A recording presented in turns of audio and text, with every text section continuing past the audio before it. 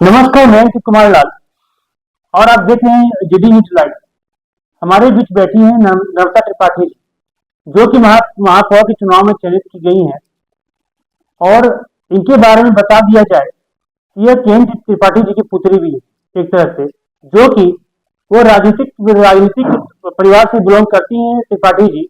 आइए इनसे सीधा लोग वार्तालाप करेंगे इनके मुद्दों को लेकर चुनाव लड़ने वाली। नमस्कार। तब यह बताइए हमारे जनता के बीच में कि आपकी शिक्षा कहाँ से हुई? जी, मेरी प्रारंभिक शिक्षा डाल्टनगंज का जो सेक्रेड हार्ट स्कूल है जी। वहाँ से हुई है। मैंने क्लास 10th से वहाँ से क्लास 10th भी किया है और प्लस 2 भी मेरी यहीं से कंप्लीट हुई है। उसके बाद मैंने ग्रेटर नोएडा से BA LLB की पढ़ाई करी है। वहाँ से जब मेरा BA LLB का 5 ईयर का इंटीग्रेटेड लॉ कंप्लीट हुआ तो मैंने क्लैट का एग्जाम दिया। जी। क्लैट होता है कॉमन लॉ एडमिशन टेस्ट, वो मैंने पास किया और मैंने झारखंड को चूज किया।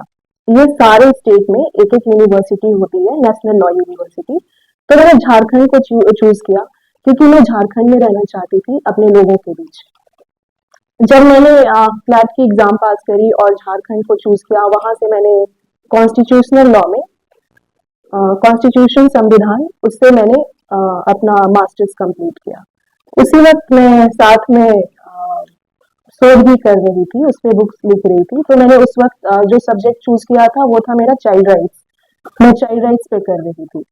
जब मेरा वो कंप्लीट हुआ LLM, तो उसी वक्त मेरा कोविड आ गया। जब कोविड आ गया तो हमने सोचा कि हम समय को बर्बाद नहीं करते हैं और फिर उसके बाद मैंने PhD के लिए एंट्रेंस दिया। जब मेरा वो भी एंट्रेंस निकल गया तो मैंने PhD में एडमिशन लिया। तो मैंने जो सब्जेक्ट चूज किया वो था गवर्नर पे, पोस्ट ऑफ गवर्नर। मेरा टॉपिक था office of governor vis-a-vis Indian federal structure. तो जो इसका बेसिक ये है कि ये जो ये टॉपिक है गवर्नर का, जो पोस्ट ऑफ गवर्नर का, ये कॉन्स्टिट्यूशन के साथ साथ कॉन्स्टिट्यूशनल लॉ के साथ साथ पॉलिटिकल साइंस से भी रिलेटेड है।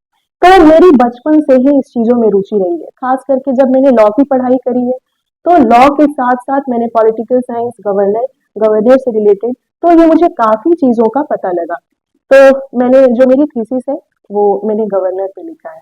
मुंबई में साथ ही साथ ये कर रही थी कि मैं सारे कोर्ट्स में, जो झारखंड का डिस्ट्रिक्ट कोर्ट है, रांची का हाई कोर्ट है, और दिल्ली का करकाडुमा कोर्ट हो गया, साकेत कोर्ट हो गया, दिल्ली का हाई कोर्ट हो गया, सुप्रीम कोर्ट हो गया, मैंने सब जगह इंटर्नशिप मैं कर रही थी ताकि मैं लॉ को और अच्छे से समझ सकूं, क्योंकि हर चीज थ्योरी नहीं होती, आपको प्रैक्टिकल भी जानना होता है। तो मैं प्रैक्टिकलिटी के लिए सारी जगह इंटर्नशिप्स भी कर रही थी। तो यही मेरा बेसिक एजुकेशन है, एजुकेशनल क्वालिफिकेशंस है। मैं शिक्षा के लिए बहुत ही प्रतिबद्ध हूँ, क्योंकि मैं ये चाहती हूँ कि जो बच्चे हैं, जो हमारी जनरेशन की यूथ है, और साथ साथ जो महिलाएं हैं, वो इतनी शिक्षित हो कि वो अपने बच्चों को आगे पढ़ा सके। तो इसीलिए मैं एजुकेशन को बहुत इंपॉर्टेंस देती हूँ और मैं आगे भी चाहूंगी कि अभी तो पिताजी का निर्देश नहीं प्राप्त है कि मैं चुनाव लड़ूं या ना लड़ूं, क्योंकि उन्होंने साफ कहा कि तुम्हारा मन है बहुत अच्छा है, तुम बाकी लोगों से बात कर लो, अगर वो तुम्हें सपोर्ट करते हैं, they are going to support you, तो I will also support you. तो अगर वो मुझे सपोर्ट करते हैं, यहाँ की जनता, तो उनका अगर और मेरे पिताजी का निर्देश आता है, तो मैं इस चुनाव में आप सबके सपोर्ट से, भागीदारी से मैं इसमें आऊंगी और एजुकेशन पे, खास करके शिक्षा पे मैं जरूर काम करूंगी। ये बताइए, शिक्षा को लेकर आप जब बात कर रहे हैं, वार्तालाप कर रहे हैं हमारे बीच में, आप बाहर से पढ़ी हुई हैं, कई जगह से पढ़कर अभी आप यहाँ पर झारखंड राज्य में अपने आवास में बैठी हुई है। जब आप अभी बताइए, हमारे डाल्टनगंज शहर का भी शिक्षा को लेकर के बाहर की शिक्षा जहाँ थोड़ी क्षेत्र तक में क्या अंतर दिख पाया अभी तक? अंतर ये देख पाया कि यहाँ पे प्राइवेटाइजेशन बहुत हो गया है। जी। ठीक है, आपको सरकारी व्यवस्था इतनी बढ़िया नहीं मिलेगी जी। और प्राइवेटाइजेशन में ये हो गया है कि जितने भी प्राइवेट स्कूल्स हैं उनके तो फी हाई होते हैं। ठीक है, तो बहुत लोग उस तरह की फी पे नहीं कर पाते हैं। तो इस तरह से शिक्षा में अभी भी लोग एक प्रॉपर एजुकेशन सिस्टम हो ही नहीं पाया है। 10th करते हैं, 12th करते हैं, या ग्रेजुएशन करके पढ़ाई छोड़ देते हैं, आगे पढ़ने के लिए ही सोच सकते हैं जी उच्च शिक्षा के लिए। तो वो तो एक अलग बात रही। दूसरा ये है ना कि जैसे कि अगर निगम के जो मेयर बनते हैं या जो विधायक बनते हैं या जितने भी जनप्रतिनिधि हैं हमारे, उनका शिक्षा के प्रति उतनी ही जवाबदेही बनती है एक जितनी एक आम नागरिक की बनती है। जी लेकिन जो जनप्रतिनिधि है उनका और भी ज्यादा इस पे होना चाहिए। वो बेसिक जो एजुकेशन है उसको फ्री ऑफ कॉस्ट करना चाहिए। जैसे अगर मैं ये सोचती हूँ कि अगर मुझे मौका मिलता है तो ये जो 3500 वार्ड है जी हमारे निगम में, जी मैं उसमें सब में एक एजुकेशन के लिए एक प्रॉपर स्कूल खुलवाऊंगी जी जिसमें बेसिक एजुकेशन हो और 3500 वार्ड में उनको कहीं बाहर ना जाना पड़े बेसिक एजुकेशन के लिए, प्राइवेट स्कूल के पास उतना ना दौड़ना पड़े, क्योंकि जिनके पास पैसे नहीं है उनको तो काफी दिक्कतें होती ही हैं। तो यही मेरा एजुकेशन को लेकर के ये सोच है। आप जो सौंदर्यकरण देख पा रहे होंगे हमारे शहर में, उसके उसको दिखावटी भ्रम कहें चाहे क्या, आप देख पा रहे होंगे जो जनता जी कहती है कि प्रथम महापौर ने काम किया है, उस पर आप क्या कहिएगा? उससे मैं यही कहना चाहती हूँ कि निगम सिर्फ बाजार का या जो शहर का एरिया है उसी में नहीं आता जी है। निगम में आप देखेंगे पोखराहा हो गया, सिंगरा हो गया, रेड़मा हो गया, बारालोटा हो गया, तो ये सब एरिया भी तो निगम का ही क्षेत्र है। अगर आप उनसे टैक्सेस ले रहे हैं, आप इनको निगम में जोड़े हुए हैं, तो आप उनको भी वही सुविधा दे, आप उनको भी वही सुंदरीकरण दे। वहां पे ना पानी का इतना दिक्कत है, उनके पास पीने का पानी नहीं है, फिर ये सौंदर्यीकरण का हम क्या करेंगे? आप मेरी बात को समझ रहे जी हैं? बिल्कुल। ये सौंदर्यीकरण का हम क्या करेंगे? लोग अगर पानी पिए बिना दूसरी जगह पलायन कर जा रहे हैं तो ये हमारे लिए बहुत ही शर्म की बात है। 2026 में लोगों के पास प्रॉपर सही स्वच्छ पानी पीने के लिए नहीं है, तो पानी हो गया, सड़क नहीं है, आप कहीं भी चले जाइए, सिंगरा चले जाइए, पोखराहा चले जाइए, आप रेड़मा में ही चले जाइए ना, कहीं भी आपको सड़क नहीं मिलेगा। इलेक्ट्रिसिटी 24 आवर्स नहीं आ रहा है। जी ठीक है, तो ये सौंदर्यीकरण का हम कुछ नहीं कर सकते हैं, वो भी एक पर्टिकुलर एरिया में। ठीक है, तो हमें इन सब चीजों पे ज्यादा ध्यान देना चाहिए। अच्छा, दूसरों को अगर अगर काम भी मिल रहा है, लोगों को काम भी यहाँ पे मिल नहीं रहा है, मैं कोशिश करूंगी कि लोगों को एम्प्लॉयमेंट मिले। और करप्शन पे मैं इसलिए बात करना चाह रही थी क्योंकि ये जो है ना एक बहुत ही बड़ा मुद्दा है, भ्रष्टाचार। जी जब आप बाहर निकलेंगे, मैं कुछ दीदी लोग से बात कर रही थी जी निगम में, उनकी राय जानना चाहती थी मैं कि क्या उनकी राय है निगम को लेकर के। तो वो मुझे बता रही थी कि दीदी जानती है यहाँ पे काम क्या होता है?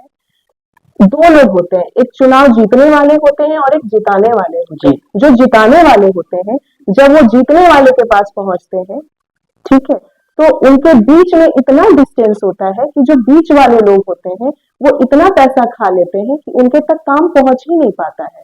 तो ये जो बिचौलिए लोग हैं उनको दूर करके और आप डायरेक्ट 1 to 1 उनसे बात करें और उनका काम करने की कोशिश करें।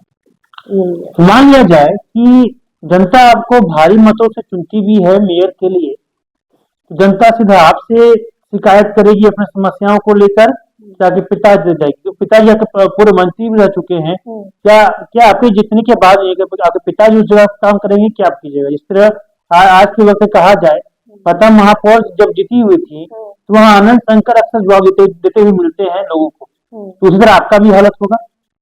जी, मुझे तो उसके बारे में यही कहना है कि देखिए, अगर मैं चुनाव लड़ रही हूँ तो कहीं ना कहीं ये स्वाभाविक है कि मैं काम करूंगी। जी और मेरे पिताजी ये फील्ड में, उनका ये जो फील्ड है ना पिछले 25-30 सालों से है। जी मैं यहाँ पे नई भी थी, वो हारे या जीते, वो 24 घंटा लोगों के बीच हमेशा मौजूद रहे, ये मुझे बताने की आवश्यकता नहीं है। लेकिन अगर आप सिर्फ ये पोस्ट की बात करते हैं मेयर की, अगर मैं इसकी उम्मीदवार हूँ, मैं अगर जीतती हूँ जी तो ऑफकोर्स मैं काम करूंगी। ठीक है, लेकिन हाँ, पिताजी का उस तरह का जो कर्म करने की, क्योंकि ये उनकी कर्म भूमि रही है ना, तो ये सिर्फ मेयर जीतने की वजह से वो काम नहीं करते हैं यहाँ पे, वो काम करते हैं क्योंकि ये उनका यही उनका काम है। तो यही है। तो जनता आप सीधा वार्तालाप करेगी शिकायत को लेकर के, कि पिताजी पर जाएगी? अगर निगम का काम है तो डायरेक्ट मुझसे ही बात करेंगे। जी जी। आप हमें दर्शकों को यह बताइए, आगामी चुनाव में आपकी क्या तैयारियां चल रही हैं, किस मुद्दाओं पे आप चुनाव लड़ने वाली हैं, क्या क्या क्या विकास करने वाली हैं? देखिए, अभी तक जो निर्देश होना चाहिए, जी जिस दिन पिताजी निर्देश कर देंगे उस दिन मैं चुनाव में उतरूंगी और आप लोगों का सपोर्ट होगा, तब वो निर्देश देंगे। उन्होंने साफ कहा है कि जो यहाँ के जनता है उनको ही डिसाइड करने दो कि तुम्हें उतरना चाहिए कि नहीं उतरना चाहिए चुनाव में। तो अगर आप सबों का सपोर्ट होगा तो मेरे पास प्रॉपर विजन है, प्रॉपर एटीट्यूड है कि मैं लोगों के लिए काम करूं, क्योंकि मेरे पिताजी के साथ साथ ये मेरी जन्मभूमि भी है और मेरी कर्म भूमि भी है, और मैं इसके लिए हमेशा तत्पर हूँ और हमेशा काम करूंगी।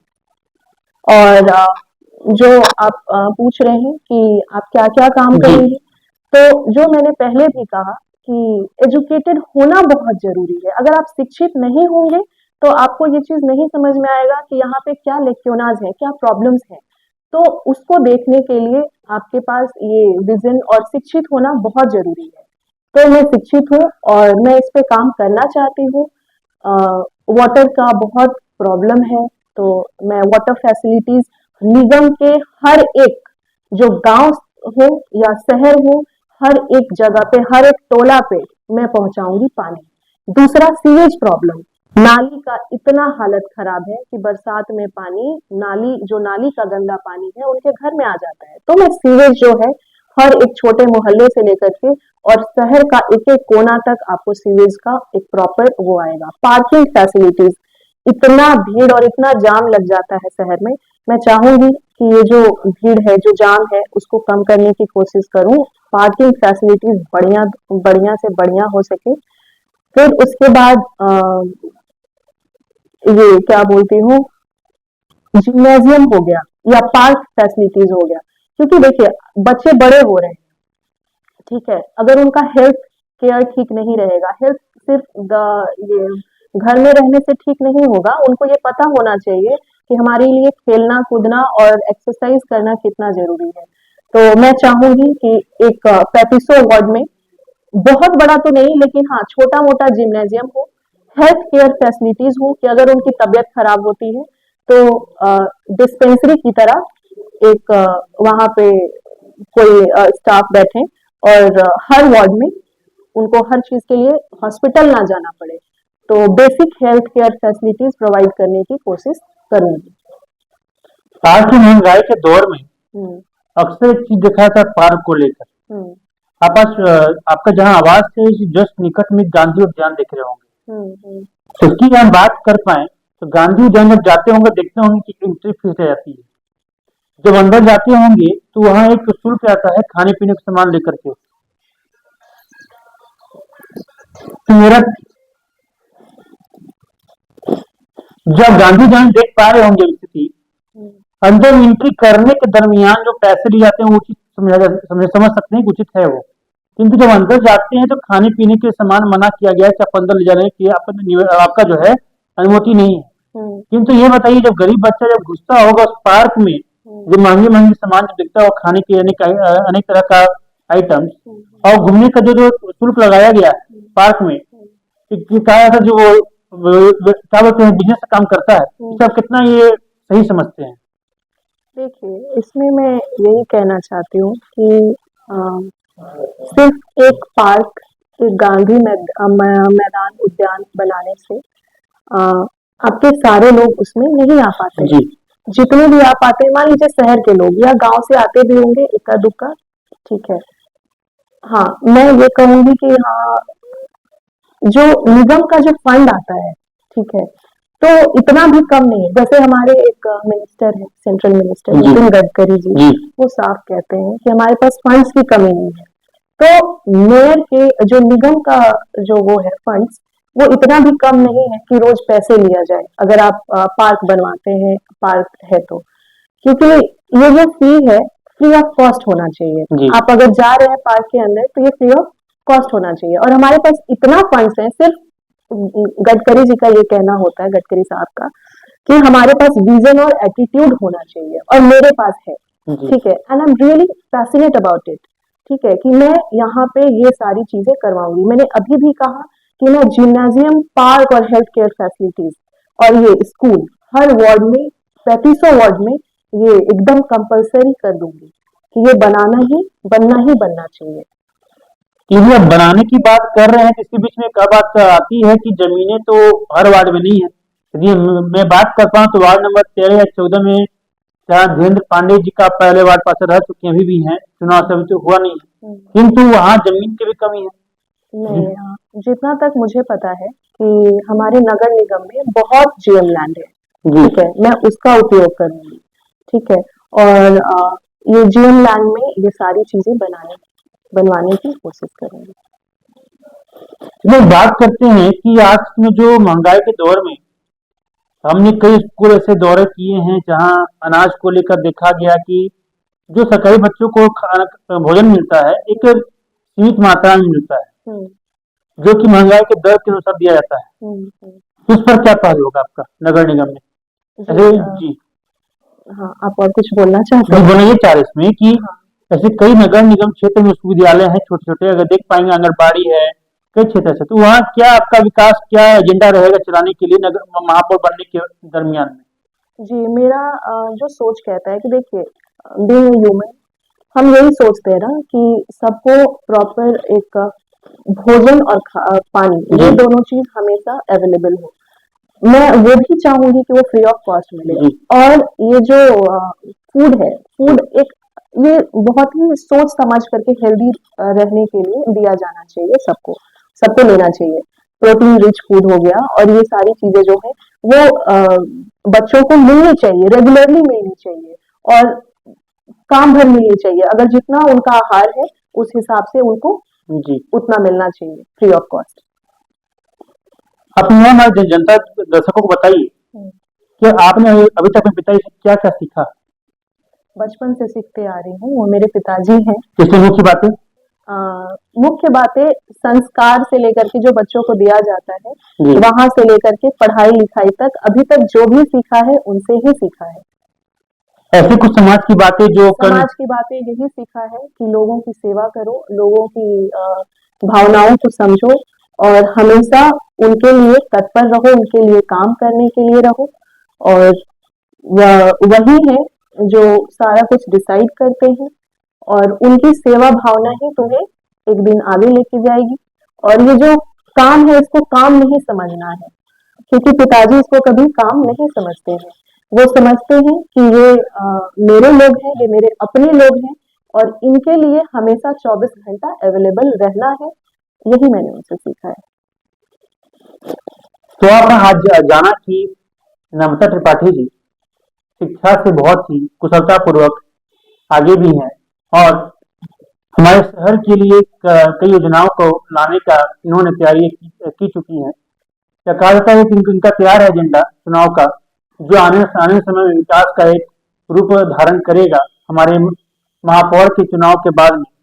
और मुख्य बात यह जाने कि इनके जो संस्कार हैं, इन्होंने अपने पिताजी से संस्कार अच्छे सीखे हैं और कैसे काम करते वो भी सीख चुकी हैं।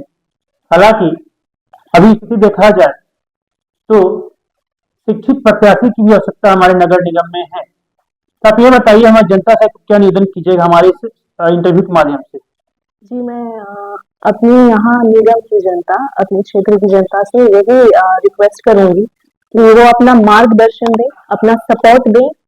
और अगर आपका सपोर्ट मिलता है तो आपके सपोर्ट पे ही मेरा निगम में उतरना निश्चिंत होगा और तभी उनका निर्देश प्राप्त होगा। तो आप सभी मिलकर इसके लिए सपोर्ट करें और मैं बेहतर से बेहतर करने की कोशिश करूंगी निगम के लिए।